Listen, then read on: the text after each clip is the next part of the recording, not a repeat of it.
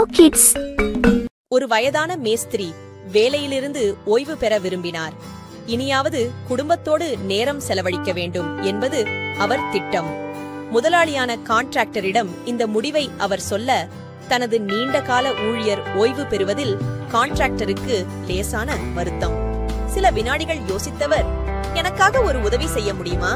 இன்னும் ஒரே ஒரு வீடு மட்டும் கட்டி முடித்துக் கொடுப்பீர்களா என்று பணிவோடு கேட்டார்.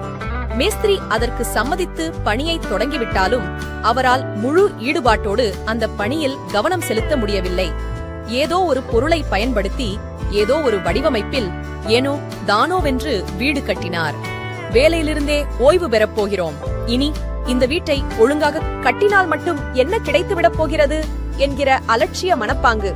வேலை எல்லாம் முழுமையாக முடிந்த பிறகு அந்த வீட்டை பார்வையிட வந்தார் முதலாளி.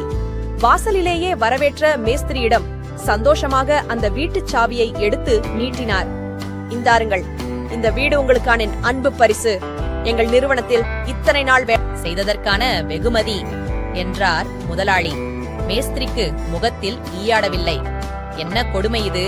இந்த வீடு எனக்குத்தான் கிடைக்கப் போகிறது என்று தெரிந்திருந்தால் இன்னும் மூளையை கசக்கி எப்படியெல்லாமோ டிசைனாக கட்டியிருப்பேனே. இருப்பதிலேயே உயர்தரமான பொருட்களை பயன்படுத்தி இருப்பேனே.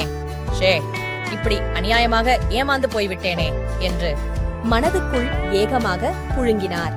நமக்கான வாழ்க்கையை நாம் தான் நிர்மாணிக்கிறோம் என்பதை அறியாமல் பல சந்தர்ப்பங்களில் நம் திறமையில் மிகவும் கொஞ்சம் மட்டுமே பயன்படுத்துகிறோம்.